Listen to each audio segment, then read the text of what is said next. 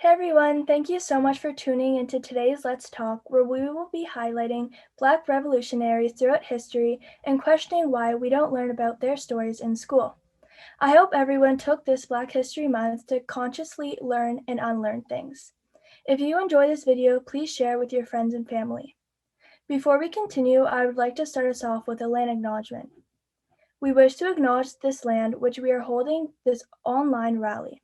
For thousands of years, it has been the traditional land of the Huron-Wendat, the Seneca, and most recently, the Mississaugas of the Credit River. Today, this meeting place is still home to many Indigenous people from across Turtle Island, and we are so grateful to have the opportunity to work on this land.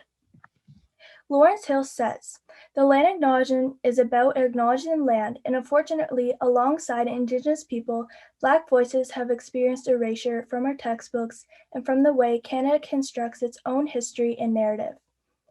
She asked this question: do we know that the story of African Canadians spans 400 years and includes slavery, abolition, pioneering, urban growth and segregation, and the civil rights movement, and a long engagement of civic life? We also acknowledge the privilege of this online space that we have and the importance of using it to uplift the voices and recognize the struggles that continue today of Indigenous people in Turtle Island. We leave you with these two questions. 1. How do you place yourself or reflect on what the land acknowledgement means to you? 2. What intentions do you have to disrupt and dismantle colonialism beyond this territory acknowledgement? This video is brought to you by Fridays Future Toronto Weekly Actions team. We host actions every Friday, and sometimes these actions are in a YouTube format, or sometimes they're like phone zaps or graphics.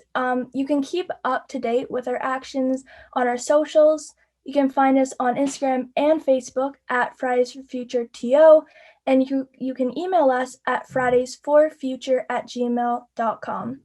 It's Fridays and then the number 4 futureto@gmail.com.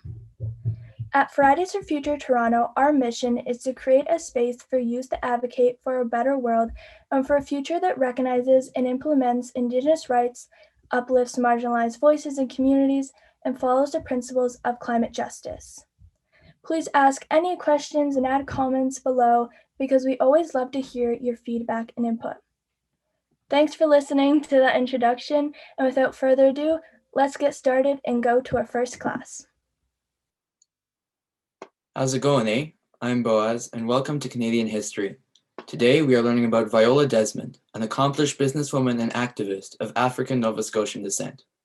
Viola Desmond was born in 1914 in Halifax to a large family. She did well in school and aspired to be an independent businesswoman. For a short while, she taught at 2 racially segregated schools for Black students and was later accepted into the Field Beauty Culture School in Montreal, one of the few beauty schools at the time that accepted Black students. After completing her training, Desmond opened Vi's Studio of Beauty Culture in Halifax, catering to Black women. Now, in the 1930s and 40s, it was extremely rare to see a self-employed African-Canadian woman. Desmond was a pioneer in every way. Strong and independent, she rapidly grew her beauty parlor and opened the Desmond School of Beauty Culture, which served to provide training in order to support the growth of employment for young Black women. She had a line of beauty products that took Nova Scotia by storm, but no matter how accomplished Desmond became in her field, white Nova Scotians still only saw the color of her skin, as we shall examine.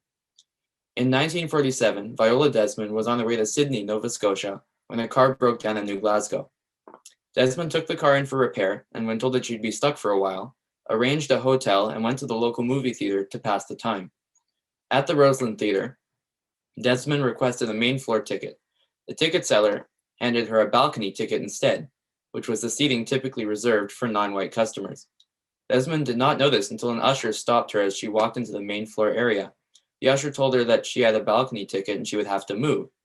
Thinking that there must have been some mistake, Desmond marched back to the ticket seller and politely asked to change her ticket for a main floor one.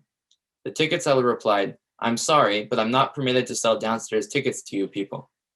It was then that Desmond realized that the ticket seller was referring to the color of her skin. She decided to take a seat on the main floor nonetheless. The theater manager, Henry McNeil, went ballistic.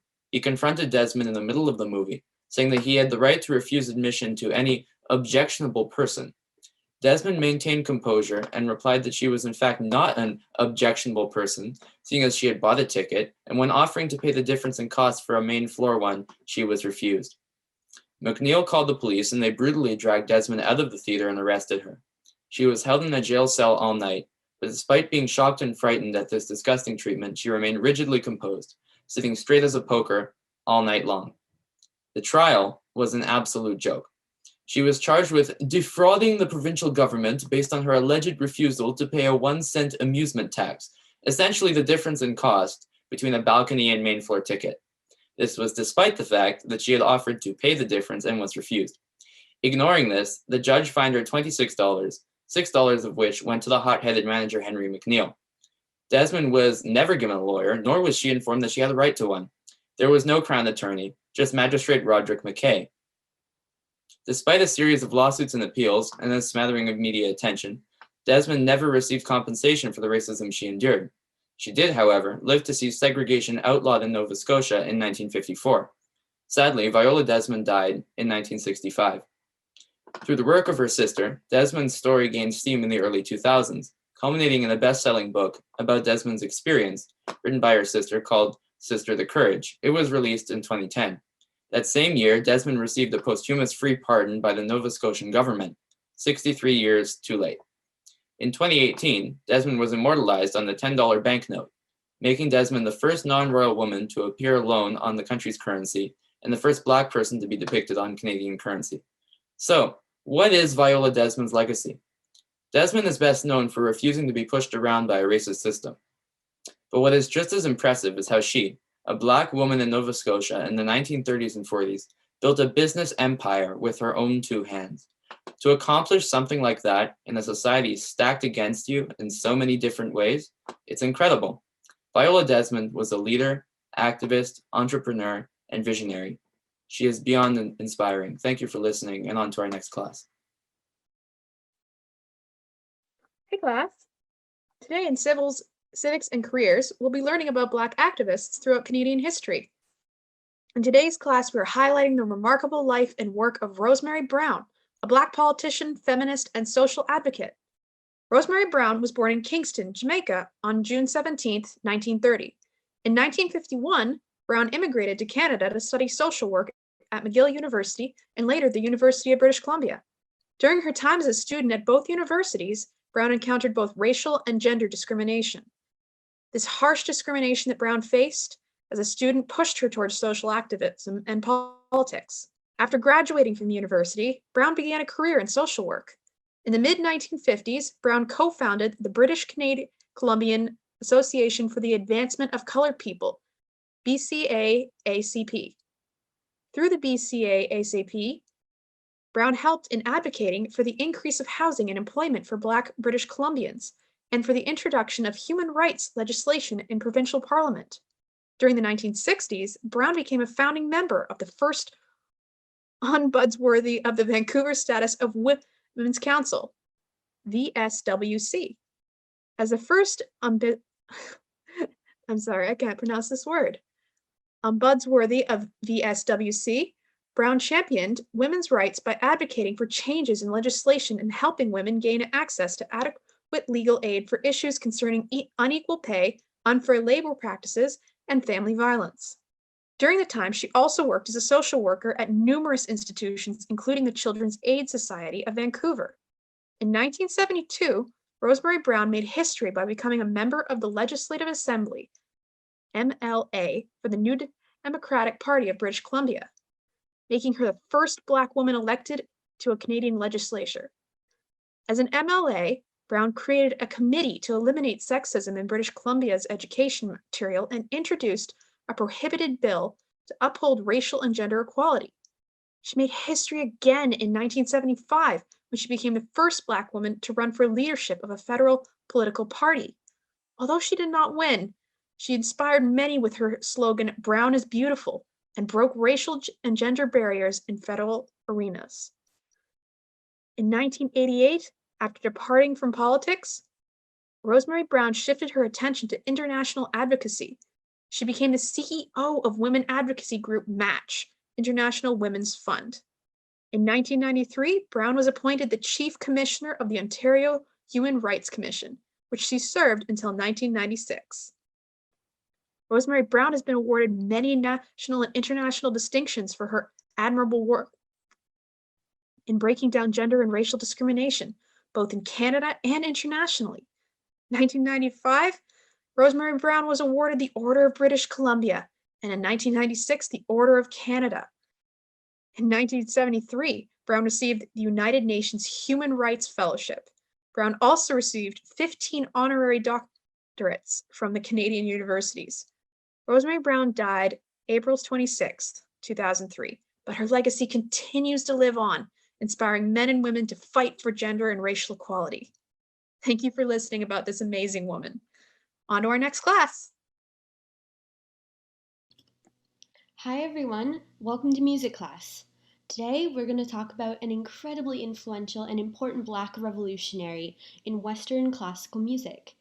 Now, I'm sure many of you have heard the name Wolfgang Amadeus Mozart, or maybe even Joseph Haydn, but it was a man named Joseph Bologna who inspired and worked with them and many other now famous composers of that time period, known as the Baroque era.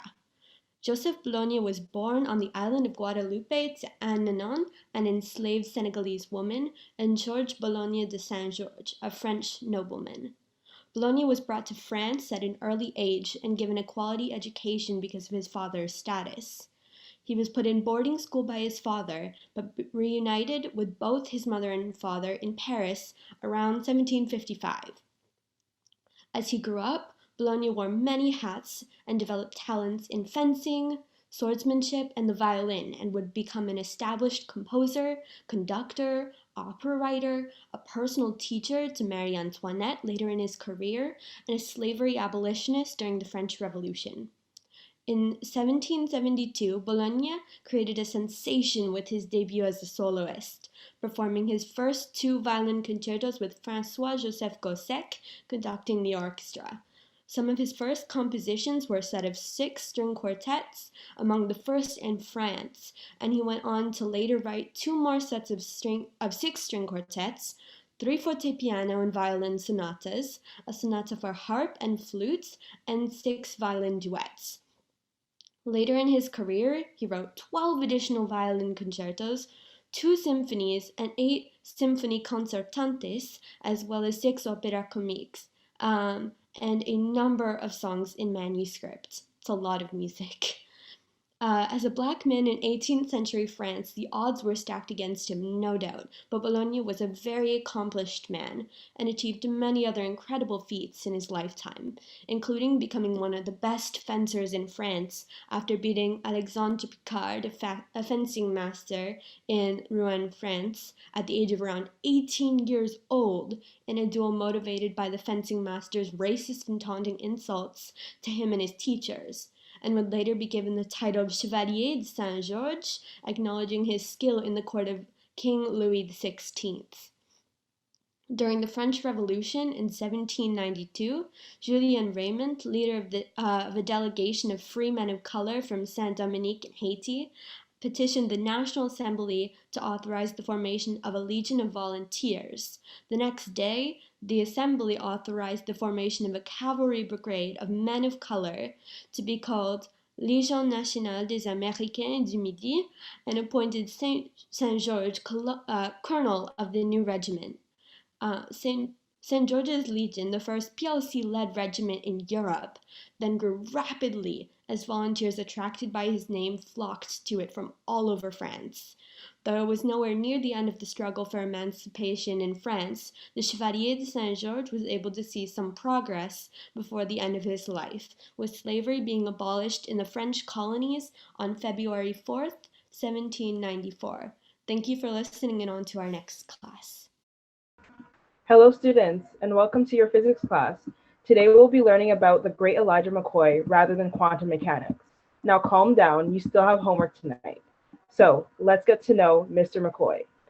His parents escaped from Kentucky and arrived in Ontario via the Underground Railroad.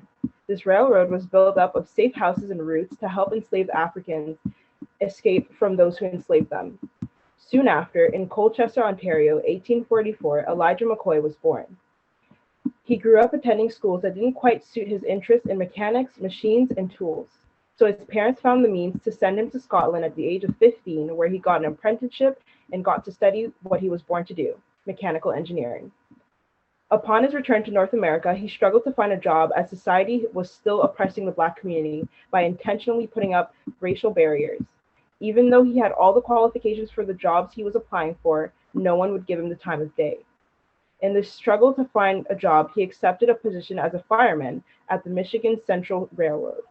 This consisted of him shoveling coal to power locomotives and lubricating the moving parts between stops.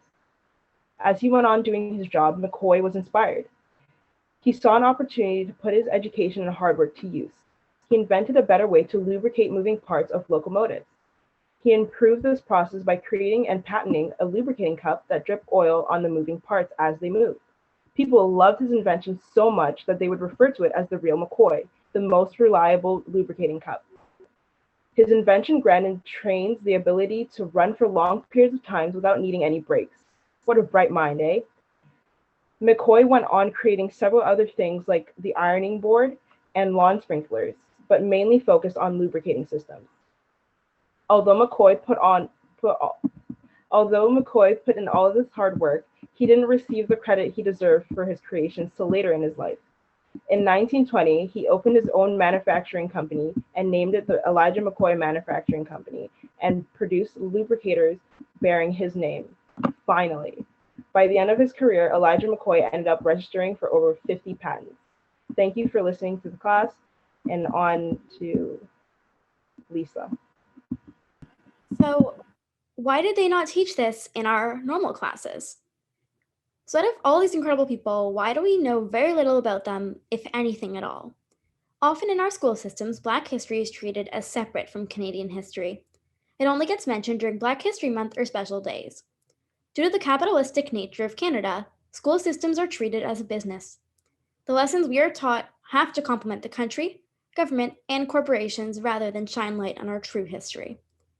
As historically and currently Black people are underrepresented in their fields, it can be a challenge to find and research these people. History sadly tends to remember people who either had a large media following or were highly awarded. One place where this gross underrepresentation can be found is within the Nobel Prize system. Out of the 931 people who have won Nobel Prizes, only 16 of them were Black. Out of those 16, 3 were awarded the Nobel Prize in Literature, 12 were Nobel Peace Prize winners, and 1 was for the Associated Prize in Economics. No Black recipients have ever won one of the science prizes. This outrageous underrepresentation shows how the Nobel Prize has simply ignored many of the amazing Black accomplishments in science and in other fields. Black people have faced and continue to face many barriers in this department, like physics, chemistry, medicine, and so many more. The fact that Black people have historically continued to overcome the adversity and still manage to achieve significant feats in those fields is important in itself. And it's important that many of the Black people have failed to deserve their recognition. Throughout history, people of color have contributed so much to our world with very little or no recognition. Black people such as Mary Van Britten Brown, who created home security systems that help people made to feel more safe and secure. Garrett Morgan, who invented the modern-day traffic light. Mark Dean, who invented the color IBM PC monitor and gigahertz chip. Dr. Daniel Hale Williams, who was the first person to ever perform successful open heart surgery. The Nobel Prize is about commemorating people who have made a positive impact in our world, and these people, and many other people like them, made a difference and were never given commemoration. Many of representation for Black people in these kinds of academic spaces sends an unfortunate message to Black children and how there isn't a space for them in academia or science. As we talk about Black Canadians who weren't recognized in our school system, we need to understand that things aren't taught if they aren't being commemorated. The honest truth is that school is essentially a system created, controlled, and taught by the rich white man. Through this system, they block out the valuable information that can change society's negative views on the Black community, and they feed young minds with the information they want.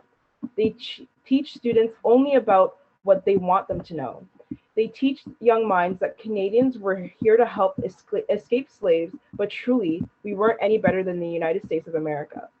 In fact, Marie Joseph Angelique is a symbol of Black resistance and freedom, as she was falsely accused to have burned down her Quebecois owner's home while they were in the house, along with 45 other buildings.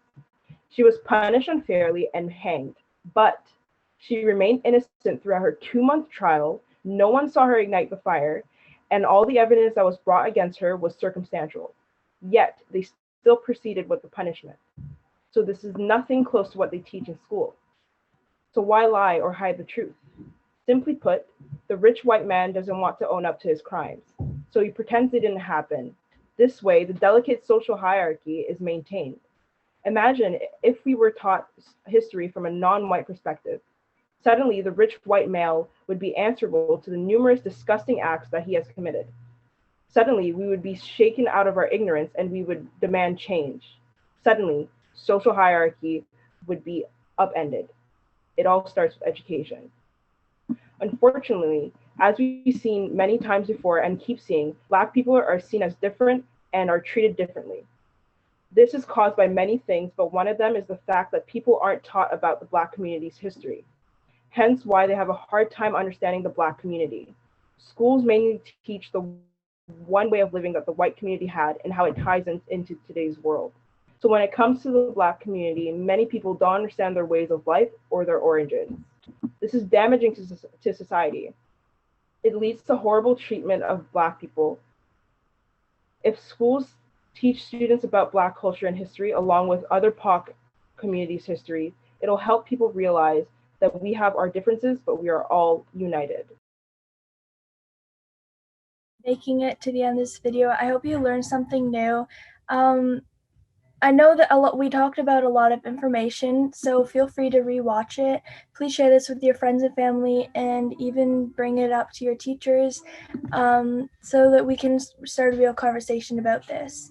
So the most important thing about after learning something is to do something with that information. So what can we do? Individually, we can research Black Canadian history and Black revolutionaries. At the advocacy level, you can write to your local school board or your provincial Ministry of Education to change the history curriculum. There's also a lot of really cool organizations and grassroots movements that I'm sure you can find to support their efforts in trying to get Black education in the curriculum. You can also talk to your history teacher or really any teacher or professor about learning different perspectives. If it comes down to it, redirect the class towards Black Canadian history. We can affect change, and truly we've seen today that education is really powerful. Thank you so much for listening. Make sure to tune into our upcoming weekly actions. Bye!